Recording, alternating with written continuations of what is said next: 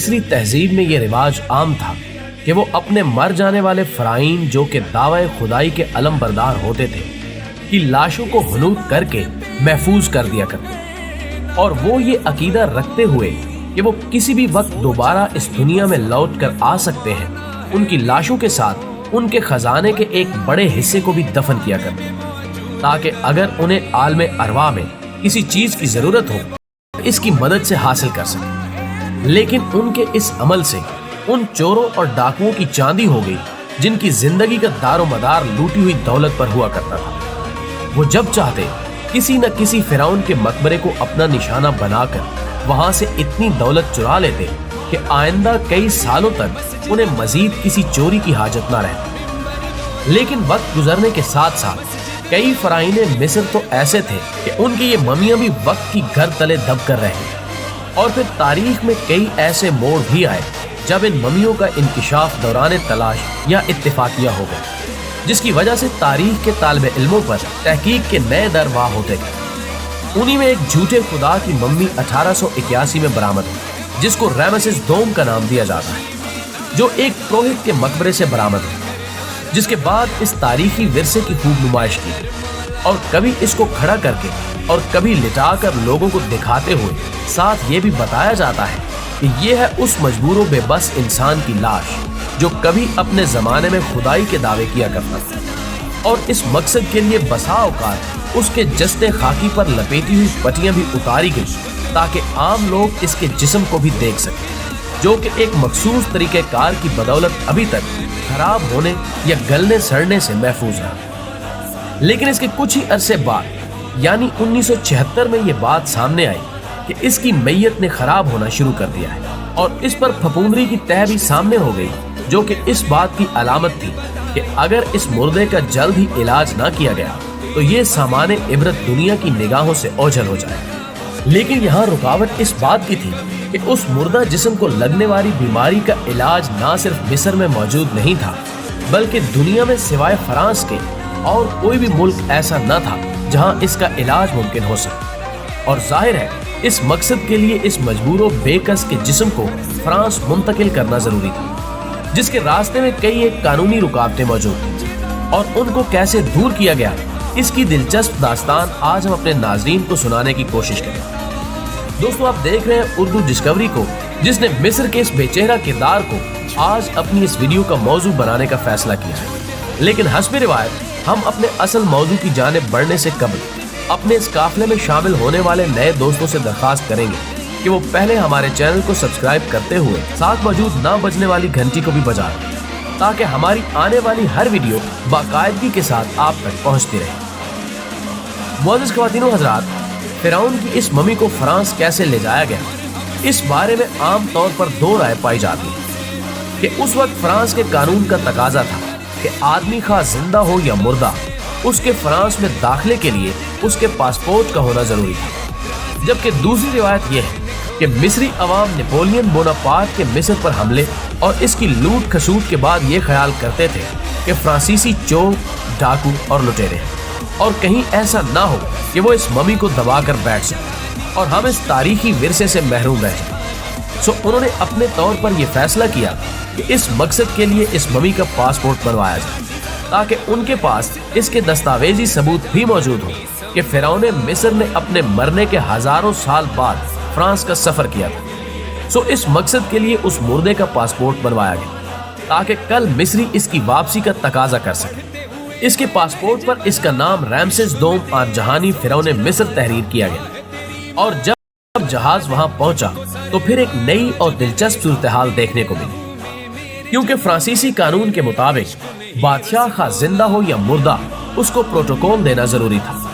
اور اب اس مردے کو یہ عزت کس طرح دی جا سکتی ہے، اور پھر اس رسم بد کو پورا کرنے کے لیے اس کے تابوت کو باقاعدہ پروٹوکول بھی دیا گیا جو کہ سربراہان مملکت کو دیا جاتا ہے تاکہ قانونی تقاضے پورے کیے جا سکیں، اور پھر اس کے بعد مروجہ طریقہ کار کے مطابق اس لاش کا علاج کیا گیا، جس کے بعد مصری اپنے اس بادشاہ کو، جس نے صدیوں قبل ان کے آباء و اجداد پر ایک جھوٹے خدا کی حیثیت سے حکومت کی تھی، واپس مصر لے آئے۔ بلکہ بعض صاحبان عقل و دانش کے نزدیک اس سفر میں یقیناً کچھ ایسے دلچسپ مناظر بھی تخلیق کیے گئے ہوں گے مثال کے طور پر جب اس کی میت کو جہاز پر سوار کرایا گیا تو ظاہر ہے اسے کارگو میں ہی جگہ دی جا سکتی تھی، جس کے لیے اس کے روم میں باقاعدہ اے سی کی فٹنگ بھی کی گئی تاکہ بادشاہ سلامت موسم کی سختیاں برداشت نہ کرتے ہوئے ایک آرام دہ اور پرتعیش سفر سے محظوظ ہو سکے۔ بلکہ اسے بھی قبل اسے انٹرنیشنل VIP لاؤنج کی سیر بھی کرائی گئی ہوگی تاکہ ہوائی سفر کے تمام تر ضابطے پورے کیے جا سکیں، اور یہ بھی گمان کیا جا سکتا ہے کہ اس موقع پر اس لاؤنج کو عام مسافروں سے خالی کرایا گیا، بلکہ یہ بات بھی یقیناً ممکنات میں سے ہے کہ 3000 سال پرانے بادشاہ کو جہاز کی آمد سے قبل انتظار کی جو زحمت اٹھانا پڑی وہ بھی شاہانہ انداز میں ہی اٹھائی گئی ہوگی، اور خدام کی ایک جماعت ان کی کروٹ بدلنے پر مقرر ہوگی تاکہ جہاں پناہ کے جسم خاکی کو کسی اذیت سے نہ گزرنا پڑے۔ ناظرین محترم،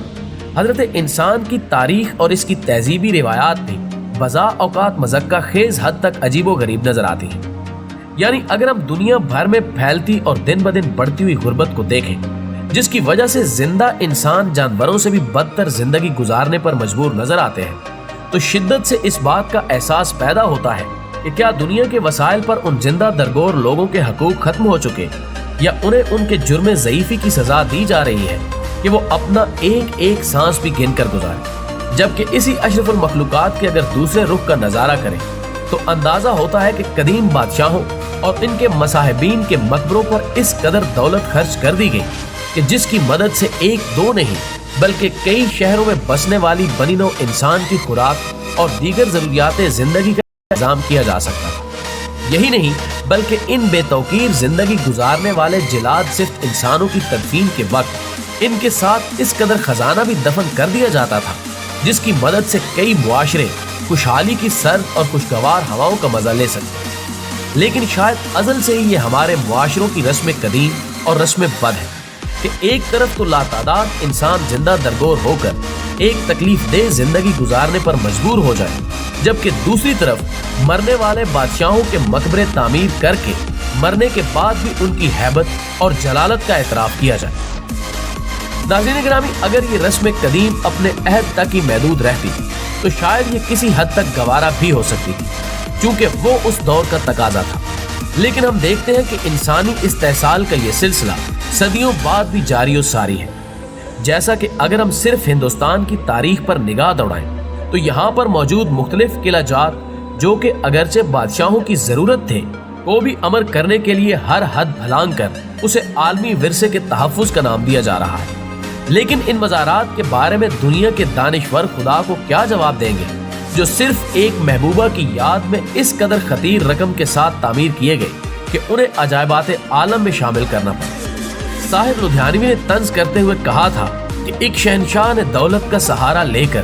ہم غریبوں کی محبت کا اڑایا ہے مذاق۔ آپ شاہ جہاں کی چہیتی بیگم ملکہ ممتاز محل کے اس عالی شان مقبرے کو دیکھیں، یا ملکہ ہندوستان نور جہاں کے بنوائے ہوئے مقبرہ جہانگیر، ہر جگہ ایک ہی فکر بیمار کارفرما نظر آئے گی کہ چونکہ یہ لوگ اپنے اپنے عہد میں شاہی کروفر کے مالک تھے، سو ان کا حق بنتا ہے کہ انہیں مرنے کے بعد بھی اسی پروٹوکول سے نوازا جائے۔ جبکہ ناظرین، یہ رسمیں کبھی صرف ہندوستان تک ہی محدود نہیں، بلکہ اگر آپ دنیا کے کسی بھی حصے میں چلے جائیں تو ایسے کئی لاتعداد مقبرے آپ کو ملیں گے جن پر موجودہ زمانے کے مطابق نہ صرف لاکھوں بلکہ کروڑوں ڈالر خرچ کیے گئے، بلکہ اب تک ان کی حفاظت کے لیے ان کے تعمیری اخراجات سے بھی بڑھ کر دولت خرچ کی جا رہی ہے، جس کو دیکھ کر بے اختیار توجہ جگر کے شعر کی طرف جاتی ہے کہ کامل راہبر قاتل راہزن، دل سا دوست نہ دل سا دشمن، عمریں بیتی صدیاں گزری، وہی ہے اب تک عقل کا بچپن۔ ناظرین گرامی، ہماری دعا ہے کہ اللہ رب العزت ہمیں جہاں مردہ لوگوں کی توقیر کرنے کا شعور عطا فرمائے، وہاں زندہ انسانوں کے حقوق پورے کرنے کی بھی توفیق دے، آمین۔ دوستو، ویڈیو پسند آنے کی صورت میں اسے لائک کیجیے، فیس بک اور واٹس ایپ پر اپنے دیگر دوستوں کے ساتھ بھی شیئر کیجیے، اور کمنٹ باکس میں ہمیں اپنی قیمتی تجاویز سے ضرور آگاہ رکھیں۔ ہماری اگلی ویڈیو آنے تک آپ کا، ہمارا، ہم سب کا خدا نگہدار۔